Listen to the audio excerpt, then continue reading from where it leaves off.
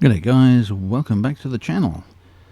Now today's video we're having a look at these anime tanks that you can buy in the store for around about $40 Australian, a little bit under. Now I wondered about the point of getting these because, well, I've got a Hetzer, I've got a P4, I've got a Tiger, I've got a Firefly, and I've got the IS-2, all the ordinary tanks that are sitting in my garage. But curiosity got the better of me, so I spent the money and bought this package with all 5 tanks in it. Now, okay, it seems like it's relatively cheap per tank, but yeah, 40 bucks is still 40 bucks. Hey, that's the best part of a carton of beer. But never mind. This is probably better for me than drinking a carton of beer anyway. So I went ahead and purchased them, and this is the first battle I'm trying with the Hetzer, which is the lowest tier of the lot. Now I usually like the little Tech Tree Hetzer. It's a very, very good little tank destroyer. So what do I feel about this version of it? Is it as good as the Tech Tree version? And I've got to say, I don't think so. Now, I'm not a great one for looking at stats. I'm not going to go through what the armor profiles are, what the gun's like, and all the rest of it when it comes to hard stats. What I go on is gut feeling when I'm playing it, and what I'm feeling playing this is that it's not as maneuverable. And in some respects, I don't think it's bouncing as many shots as the ordinary Hetzer usually does. But it's still okay, and I still think it's a reasonably good little vehicle. This is only a single battle, so it's very hard to tell. But that's what I'm going to do with each of these tanks, is I'm going to fight one battle each and see how they go and see how I feel about the tanks. And yeah, my overall impression of this anime version is that it's not as maneuverable as the Tech Tree. I can't tell you whether that's actually true, it's just my feeling. So that's why I'm going to handle these battles. We did win the battle, which is something. But of course a lot of that depends on how your teammates are going to behave and whether they're any good or not. So now we get into the next tank, and this will be the P4, which I guess is a pretty lethal tank when you're playing it against similar tiers in the Tech Tree version. It's not one I play a lot of, but when I have played it I've found the gun to be very good, armor average, and maneuverability okay. So let's just see how this weird little version goes. Now, the one thing I found in playing these tanks that I hate beyond anything else is the bloody awful voices. These horrible squeaky anime Japanese voices are as irritating as hell. I do not like them at all, and if I do play these tanks anything like regularly, I'm going to turn them off. I already turn the music off on these games, because I think the music is designed to have certain reactions from players, and I find I'm a lot more calm playing without the music on.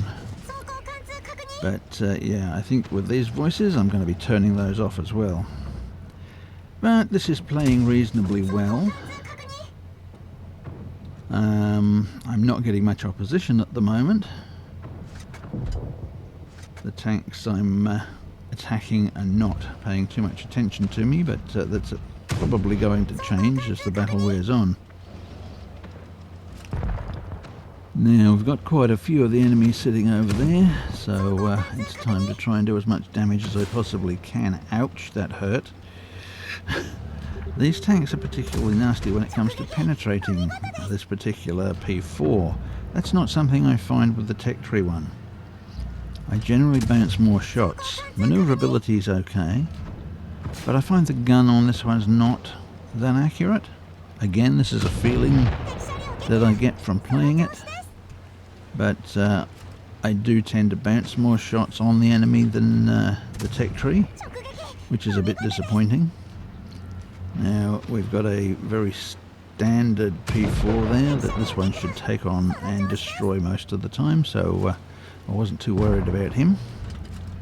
But we've still got a few of the enemy left kicking, and especially that nasty little Stug. I do not like fighting those things. Their guns are deadly accurate, and their front armour is generally difficult to get through. And he seems to have got me dialed in, because he's hammering me at the moment, which is not a great thing. So I'm just going to leave him to somebody else before I get myself killed. I'm only about a one-shot now, and I'm going to depend on my team to do some damage and take him out. I'm backing up to try and get a shot into him. Nope, missed. And for some reason the gun on this just doesn't appear to be as accurate as what I'm used to on the stock, or on the tech tree I should say. But we have got it down to a manageable number, I suppose you'd call it. I think that's a bot sitting on the hill. He's not very smart. If he's not a bot, he's a very stupid player. Because he should come after me now. But I'm a one-shot, as I say, or pretty much a one-shot. I do not want him to get to me. So I'm going to sit here and wait for my ally to come up and help me out. Which I assume is happening, yes. And as soon as that one turns around, I can pop out and give him a whack. Forget. And that's the end of him. So overall, what do I think about the P4? It's okay. Again, I honestly don't think it's as good as the tech tree version, but that's just a gut feeling. It's got nothing to do with stats. Well, let's move on. And this one we're going to get to eventually is the Firefly. And this battle is not good. It doesn't last long. It's one of those battles where you just wade into the wrong position at the wrong time, and your shots don't do any damage, or don't do the damage you hope they're going to do, but you get nailed by every shot the enemy send towards you. So initially I'm hoping there is only one enemy tank sitting behind that ridge, and I do a horrible, horrible shot there. I miss him totally. He hits me, of course, because I'm in the open. And there's his little mate sitting behind him. When you read about it, he's always got support. My teammate, of course, is not supporting me. He's just completely ignoring what I'm doing. And so I have to fight these two on my own. And the Firefly has got bugger all armour. So that's the end of me. And I did not enjoy that. Probably my own fault for wading out into the open like an idiot. But we now move on. Now, the Tiger. The Tiger is usually an okay tank fighting its own tier or lower. It's not great at fighting higher tier vehicles. Generally a good, quick-firing gun, very accurate, very deadly. But, as in most games, you are very dependent on your teammates. And I'd sort of got a bad feeling about this already, just the way the enemy are appearing. Looks like they've all popped up in a similar area. They all seem to be around that side of the map. And I'm really not sure what I'm going to do. Of course, my teammate who went over there got himself wiped out initially. And nothing I could do to support that. I wouldn't have even got there in time, and if I had, I would have been destroyed. This little fella comes charging up. Probably a bot.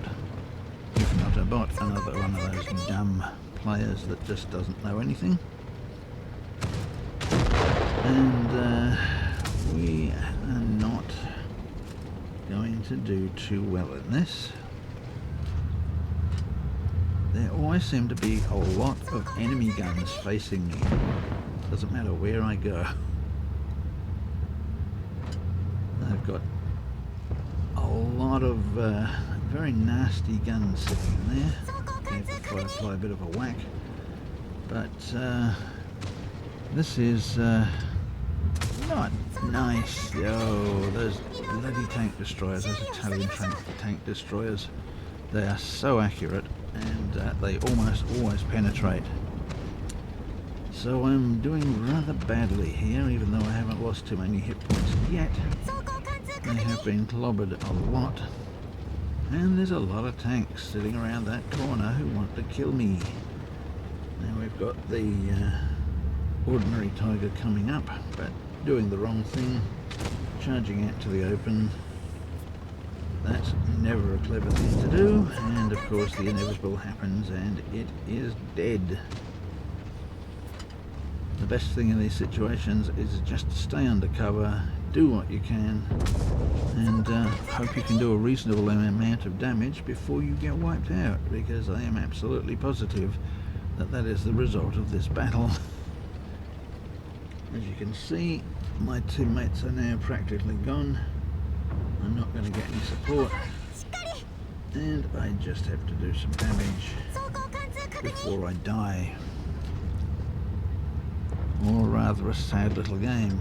The Tiger has actually performed reasonably well, and I feel it's relatively similar to the Tigers I play from Tech Tree. Yeah, I wasn't keeping score, but I think it's about 2,000 damage. And I obviously would have done the most damage of all my team. I think the rest of them did very, very badly in that one. Let's have a look. Okay, nothing special, but yeah, over 2k damage. And yeah, obviously top scored. The team I was in was horrible. No other word for it. And the last one, this is the IS-2. I don't often play this in Tech Tree, to be quite honest, so it'll be interesting to see how this one feels. Yeah, I should actually play the Tech Tree one a couple of times now I've played this, and see what it feels like in comparison. But anyway, we'll go through this battle and just see how it feels. Maneuverability so far feels okay. Yeah, that doesn't feel too bad at all. Let's just see how this gun performs. Russian guns are notoriously inaccurate, but okay, I took my time with that shot and it did the damage I would have hoped. So it's just a case of moving up to see where the enemy are at this stage of the battle. You can see a lot of them over on the other side, well away from me.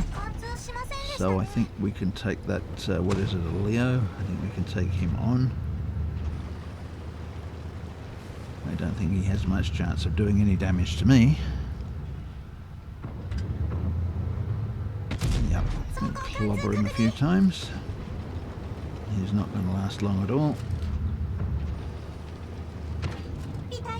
Bounces, yes, his gun really isn't up to doing much damage to a nasty tank like the IS-2, and that's the end of him.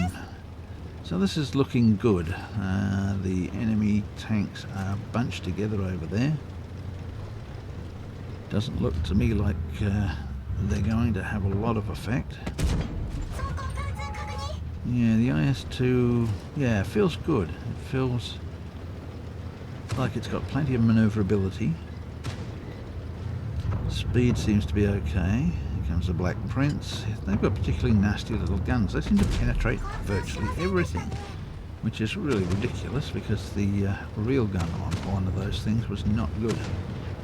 Not great anyway.